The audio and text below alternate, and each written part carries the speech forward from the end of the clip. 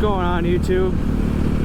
Out here, and I think, what is it, April 13th, 2023. Well, I think I finally made up my mind, and I'll probably be selling my bike here soon. You know, there's a few reasons why. You know, when you buy a bike, especially a used one, and you know, have it for a couple years, and you ride just about every day, I mean, your bike, I don't know, that's a lot of wear and tear on a bike, you know, to ride it every day, especially a bike like this for 2 years, do wheelies every day, hit dirt roads, you know, you're constantly spinning your rear tire, doing burnouts, you know, all that shit. You know, I always do a lot of maintenance on this bike. You know, I've probably gone through 4 different sets of clutch plates just because I really popped the clutch, you know, doing wheelies. And I've been finding a lot of metal shavings in my oil filter screens. And the magnet for my drain plug, it looks like a porcupine every time I pull that out. And, you know, it's just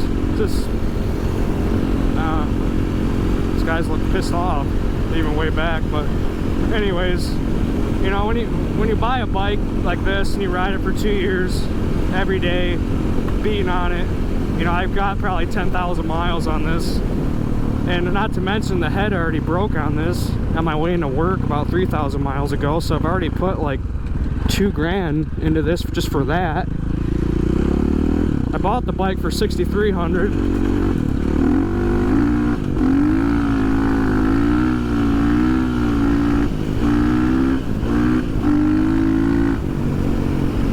See, when you do that every day, that's not good for it. But yeah, I bought the bike for $6,300, or maybe it was $6,400, I can't remember. And together, between buying the bike and all the money I put into it, I probably got close to 15 grand, not even lying. Between the head blowing up, the clutch plates, just little things like the gas tank, supermoto wheels, brakes, sprockets, chains. I can't tell you how many sprockets and chains I've gone through because I just get the cheap Amazon, I don't even know what you call it. It's like niche or whatever, N-I-C-H-E.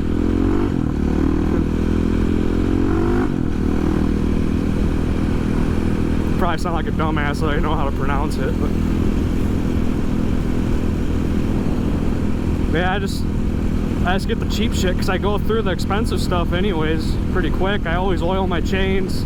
I've always kept up on oil changes, you know, flushing the coolant out, bleeding the brakes, clutch. It's just one of those things you got to do when you own a bike. You know, you got to, when you get a lot of hours on it, you got to decide if it's time to rebuild the whole motor or sell it, because, or just wait for it to blow up. You know, right now, every time I take this out, I'm kind of gritting my teeth like, oh shit, is it gonna blow up? You just don't know. From my experience, whenever you do a top end rebuild, 1 or 2, usually after the second one, usually your rod or your crank gives out.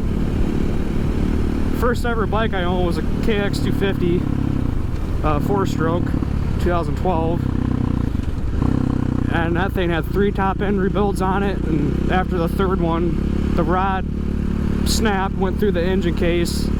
And at the time I was in high school pushing shopping carts, and I didn't make a whole lot of money. I made like $9.80 an hour.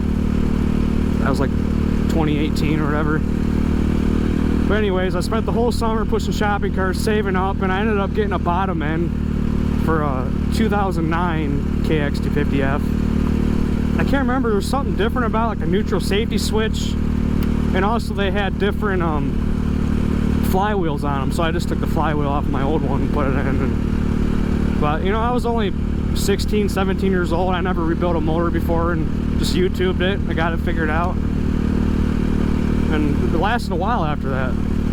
But yeah, even the head where the valve is, the nipple, whatever you call it, where the valve goes through, that was broke too, but I was too lazy to fix that. And it just had a little bit of oil that'd get by, but it was no big deal to me at the time. But I sold that for like 2 grand, or if I did a proper rebuild, I probably could have sold it for 3 grand, but there was no hiding it. You know, this bike I'm definitely gonna make sure, I mean, I just did a fresh oil change, so I'll probably sell it soon. You know, I'll let them know I did a top end rebuild, and you know, I don't know I don't know if I'm gonna say anything about the bottom end or not. Not knowing when that's gonna give out. You know, you kind of just have to keep your mouth shut every once in a while when you sell things if you really want to get your money. As shit as that may sound, I mean, you gotta do what you gotta do, you know, to make money. I'm not gonna sit there and lie to someone if they ask. I'm gonna tell them, but, you know, why say, hey, I'm finding metal shavings and oil? No one's gonna fucking want to buy that. You know, as long as you properly maintain your bike, do oil changes, you know, it'll probably be alright for a little bit. I mean, obviously something's breaking. I don't know if it's a bearing or what, but I really don't feel like splitting the cases, tearing it apart and find something that I really don't want to see, or replace it with something what I think it is, and that not being it, and it still blows up or something, you know. That's just some issues I'm having right now, and I figure it's just time to get rid of this thing, get a brand new one. Hoping to get at least $6 grand out of this, and then sell my DRZ for $3 grand.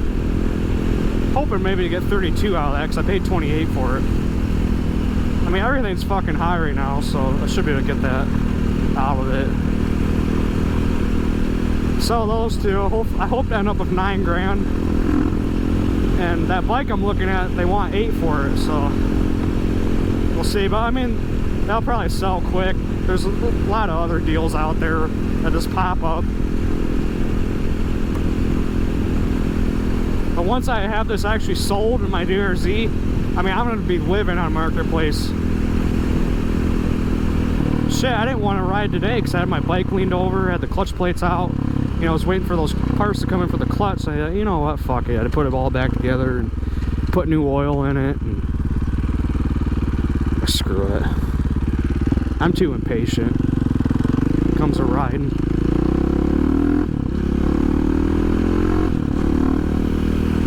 Alright, enough of this talk and let's do some wheelies.